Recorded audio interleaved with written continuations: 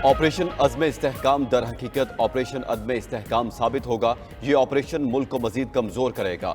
JUI सरबराह मौलाना फजलुर रहमान की कोयटा में news conference. कहा, इस्टेब्लिशमेंट को हर शोबे में अपनी बालादस्ती को खत्म करना होगा। इस वक्त मुल्क में रियासत के रेट ना होने के बराबर है। खैबर पख्तूनख्वा में सूरज गुरूब होते ही पुलिस थानों में बंद हो जाती है। खैबर पख्तूनख्वा हो या बलोचिस्तान, मुसल्ला तंजीमें खुलेआम घूम रही हैं। मुल्क को यहां तक किसने पहुंचाया, कौन जिम्मेदार है? शहबाज शरीफ वज़ीर आज़म नहीं, बस कुर्सी पर बैठे हैं। जमहूरियत और पार्लियामेंट अपना मुकदमा हार चुके हैं।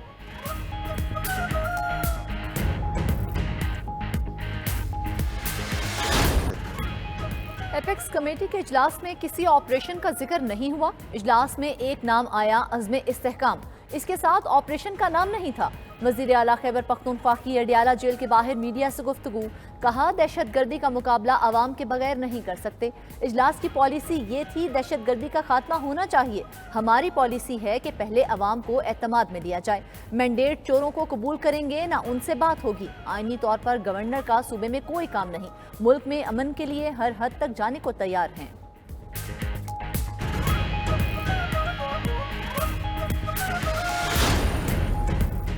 एपेक्स कमेटी इजलास में वज़ीर आला खैबर पख्तूनख्वा ने हाँ की, अब शोर मचा रहे हैं। गवर्नर खैबर पख्तूनख्वा ने ऑपरेशन अज़्म इस्तेहकाम की हिमायत कर दी। पेशावर में मीडिया से गुफ्तगू करते हुए कहा, सूबे के हालात के मुताबिक एपेक्स कमेटी का इजलास होना चाहिए। ऑपरेशन अज़्म इस्तेहकाम के बारे सेनेट, कौमी और सूबाई असम्बलियों को एतमाद में लेना चाहिए। मजीद बोले, सूबे के दो हिस्से हैं, एक सोशल मीडिया पर और दूसरा हकीकत में मौजूद है। बजट में तालीम के लिए 3 अरब की बजाय 30 अरब रखे जाते तो बेहतर होता।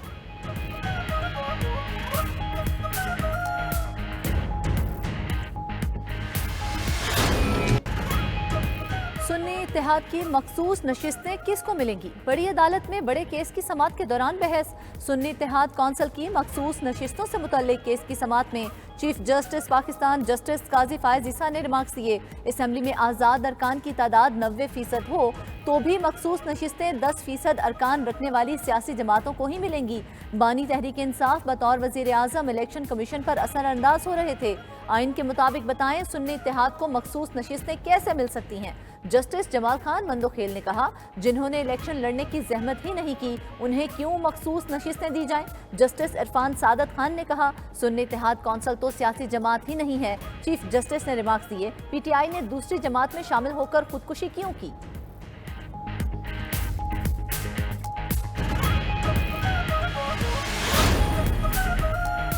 2 फरवरी 2024 को इलेक्शन कमीशन ने PTI उम्मीदवारों को आज़ाद डिक्लेयर किया। इलेक्शन कमीशन ने सुप्रीम कोर्ट के इंतखाबी निशान वाले फैसले की गलत तशरीह की।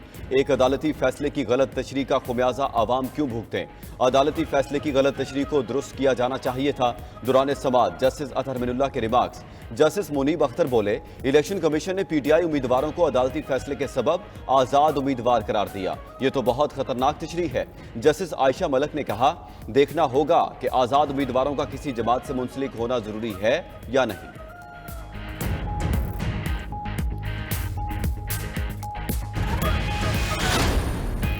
उम्मीद है सुप्रीम कोर्ट से हमें हमारी 77 मखसूस सीटें मिलेंगी। चेयरमैन PTI बैरिस्टर गौहर की मीडिया से गुफ्तगू।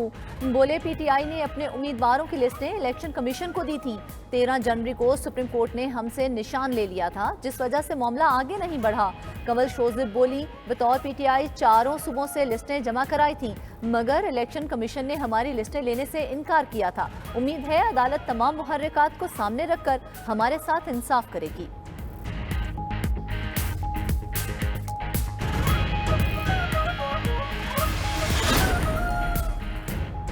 इलेक्शन कमीशन का इस्लामाबाद ट्रिब्यूनल तब्दीली का 10 जून का फैसला मुअत्तल। जस्टिस तारिक महमूद जहांगीरी पर मुश्तमिल ट्रिब्यूनल बहाल। इस्लामाबाद हाई कोर्ट ने अंजुम अकील खान को तौहीन अदालत का शोकाज नोटिस जारी कर दिया। हर समाअत पर हाजिरी यकीनी बनाने की हिदायत। रुकने असम्बली अंजुम अकील ने अदालत से गैर मशरूत माफी भी मांग ली। कहा, जजेस हमारे लिए काबिल एहतराम हैं, गलती हुई के बगैर पढ़े दस्तखत किए हैं।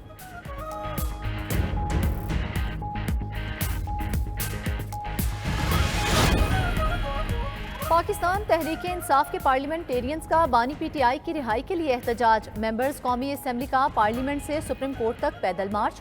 बैरिस्टर गौहर, अली मोहम्मद खान, रियाज फतियाना, आतिफ खान एहतजाज में शामिल। मेंबर्स के बानी पीटीआई को रिहा करो के नारे। उधर बानी तहरीक इंसाफ ने नाअहली के खिलाफ अपील की जल्द समाअत के लिए सुप्रीम कोर्ट में दरख्वास्त दायर कर दी।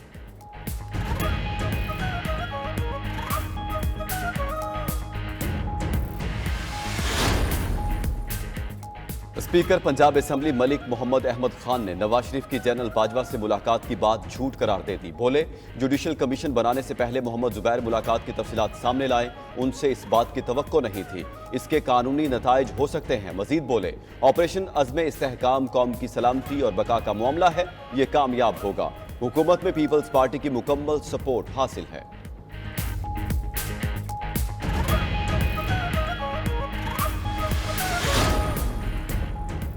वज़ीर आला पंजाब का हर डिवीजन में मरियम की दस्तक सर्विसेज शुरू करने का हुक्म। तमाम अजला में सर्विसेज दिसंबर तक मुहैया करने की हिदायत। ऐप के जरिए डोमिसाइल, ई स्टैंपिंग, बर्थ, डेथ और मैरिज सर्टिफिकेट्स की सर्विसेज हासिल की जा सकती हैं।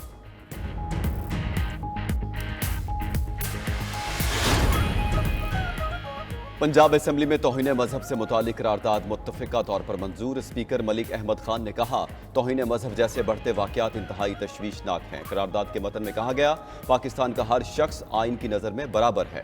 ऐवान हालिया मॉब लंचिंग के वाक़यात का संजीदगी से नोटिस लेता है।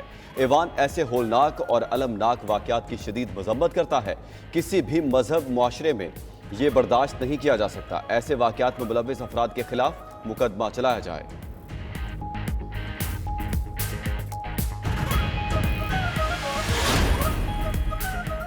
अवाम पाकिस्तान पार्टी की लॉन्चिंग 6 जुलाई को होगी। मिफ्ता इस्माइल ने 92 न्यूज़ से गुफ्तगू में प्लान बता दिया। कहा, हमारे ऊपर किसी का हाथ नहीं। किसी सियासतदान से अवाम में पाकिस्तान पार्टी में शमूलियत के लिए राब्ता नहीं किया। हमारी पार्टी में 1/3 सियासतदान और 2/3 गैर सियासी लोग होंगे। किसी के साथ डील नहीं करेंगे। अवाम ने मौका दिया तो असम्बलियों में जाएंगे। मिफ्ता इस्माइल ने बजट को गुर्बत में इजाफे का बजट करार दे दिया।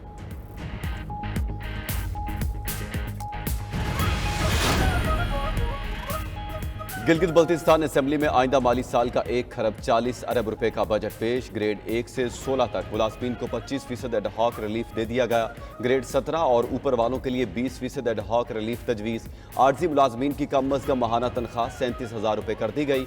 वज़ीर ख़जाना गिलगित बल्तिस्तान ने कहा, गैर तरक्याती बजट के लिए 86 अरब रुपए मुख्तस करने की तजवीज़ है।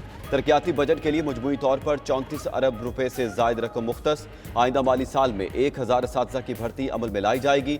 बजट इजलास के मौका पर अपोजिशन का शदीद एहतजाज। अरकान ने बजट की कॉपियां फाड़कर हवा में उड़ा दी।